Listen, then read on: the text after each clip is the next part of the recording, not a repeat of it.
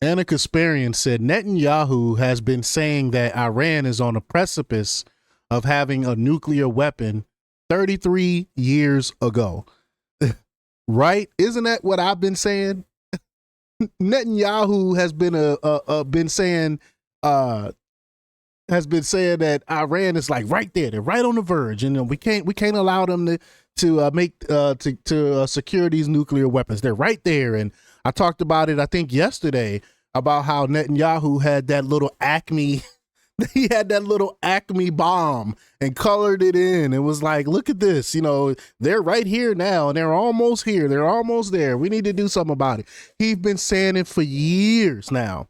But now all of a sudden we're supposed to take him seriously, give him all our resources so he can take out Iran. Are you serious right now?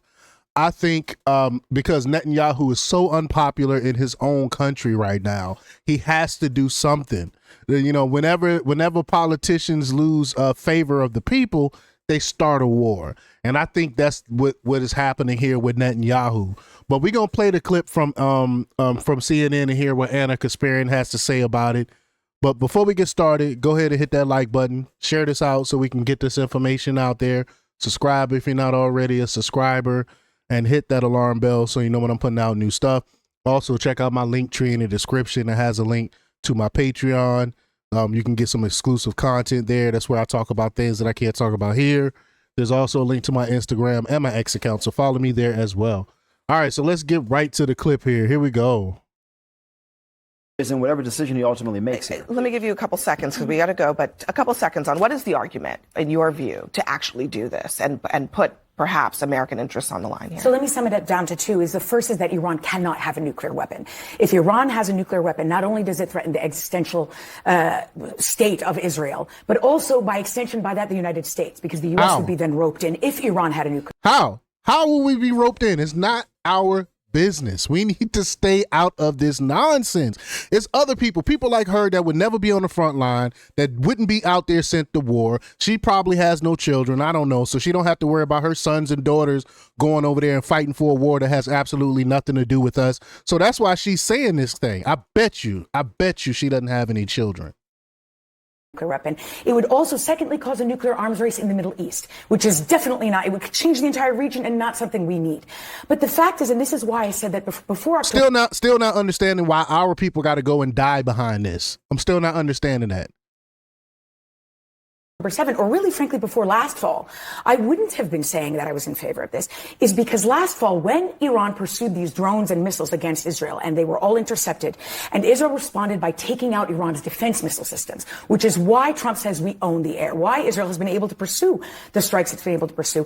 It showed Iran as the emperor with no clothes. Not only with no clothes, with no underwear.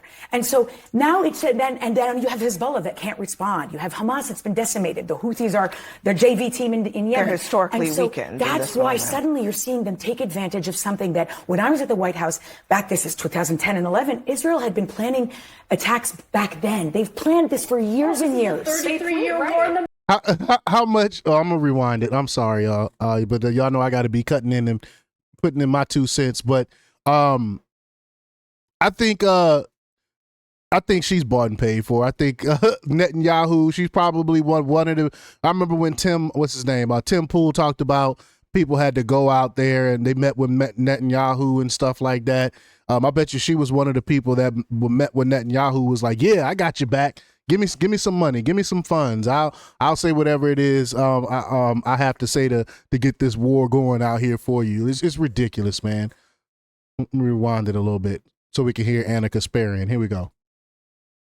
This is 2010 and 11, Israel had been planning attacks back then. They've planned this for years and years. 33-year war in the making. I mean, Netanyahu has been saying that Iran is on the precipice of having a nuclear weapon. It's like 33 years ago. That's who he is. It's the IAEA. They had no business bombing. And we have to be careful. Bombing it's not Iran. very clear. It's not the International Atomic Energy Agency in May put out a report saying that while the negotiations with Trump were happening, Iran increased and surged its enrichment of nuclear weapons grade material by 50%, and that it had enough to create 10 nuclear weapons. That's the IAEA. Yeah, all right. No doubt. All right, my friend. Israel cannot sustain this war on its own. Netanyahu had no business jumping out there. If he did that, then go finish the war on your own. To bring us into this war, it's irresponsible. I can't believe I'm agreeing with her because she's a leftist. But when even a broken clock is right twice a day. So she's actually writing this. If you big, you bad, you started this. This is all on you. Don't ask for our resources. Don't ask for our soldiers to go in and die for you. I agree with her. Unfortunately, guys, Americans fight the wars on behalf of Israel. Always has us paying for it. American taxpayers are sick of it. We got to hit pause there. They're sick of it for us. Hagar Shamali, thank you very much for all of that. I appreciate it. Coming up next for us, more breaking news. We are getting word that Iran. Facts. We're sick of it. We're sick of it. But y'all let me know what y'all think about this. Are y'all sick of it? Leave your comments down below. Like, share, and subscribe, and check out jjthepsychotherapist.com for the latest in news. Until next time, peace.